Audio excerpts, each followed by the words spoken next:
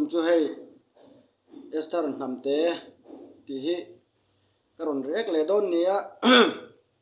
ngi pathian hla asak na nia tun tumami hi chu ya hla hi tha a ka du boka kaipon nukte po ti u lek leka hla thui tha khop maya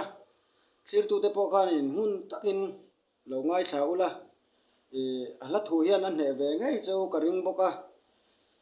Esther-Hnamte hi karon riek na chan chu ama hi akiu ta mel tha a ba ka azai thiam boka hei ka du em maya tuna a video hi thlir le phot teng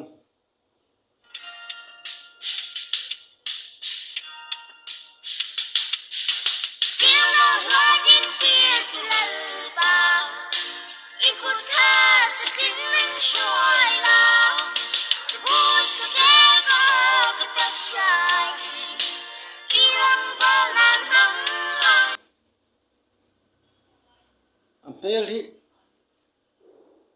fel fai thup maya mak ko maya Esther-Hnamte hi ama hi aduom ria mai hei han en chiang ila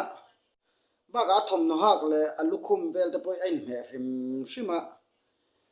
I an chei thiam boka chuan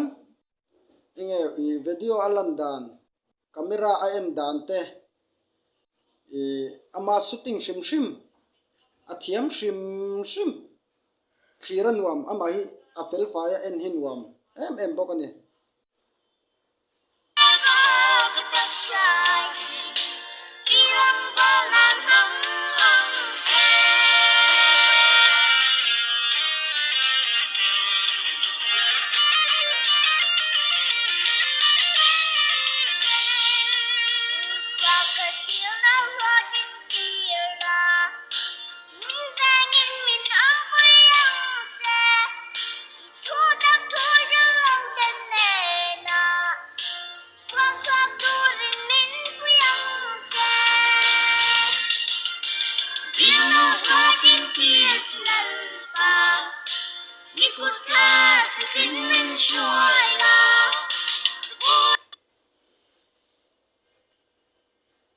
an nui sai hi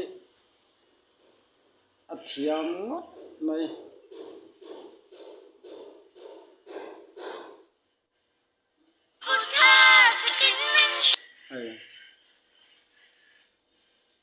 ama hi acting hi thiam mai mak ko mai tiang an kum rual sia hianin acting hi a thiam em mai hi mak ka te a chung te pon anu le anu te pon an shil na sanga shil po I om dan turte camera ma om dan turte ka an shil don thawa amaro chu an shil rual khanin thu a oi ti khalang chiang em maya thu oi thei tak po ninga engla po hi sa se a thiam vel veka baga azira ama point a o po hian azira a thiam vek ni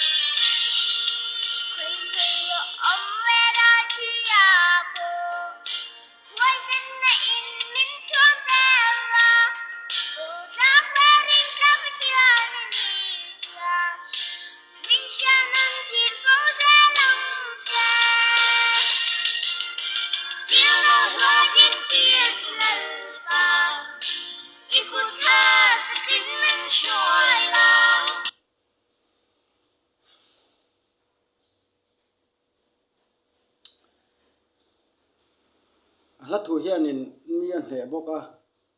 I atha boka baka ama poi kan soyang khan azai thiama han soi han comment don pon han soi vak tur om lo ama hi adik khlup vek mai ni a mel la athare usi a chuan athom no hak te alukhum thlengin a in me vel veka chuan a hla thuin a zir boka a sathiam boka a vai khanin adik khlup mai ni Esther-Hnamte hi a thiam ani ti lo chu soi tur om lo a thiam khan ni top mai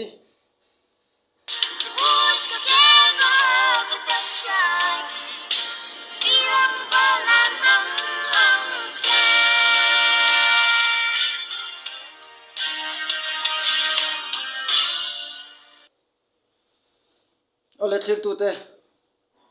a thiam in ti ve ngei po karinga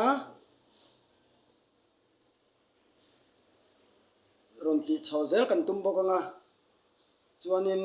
min la subscribe lo in om ani chuan khongai taka min lo subscribe chhozel turin kan du chewa baka kan video siam te kan thil ti te hi alo hmu nom lo deuh te en alo nuam lo ani pon comment lama han soi hre lo ila ron ti chhozel kan tum boka nga tran kan la anga nangni pon tran min lo lak pui don nia ti kha karon soi du ani ole in zawain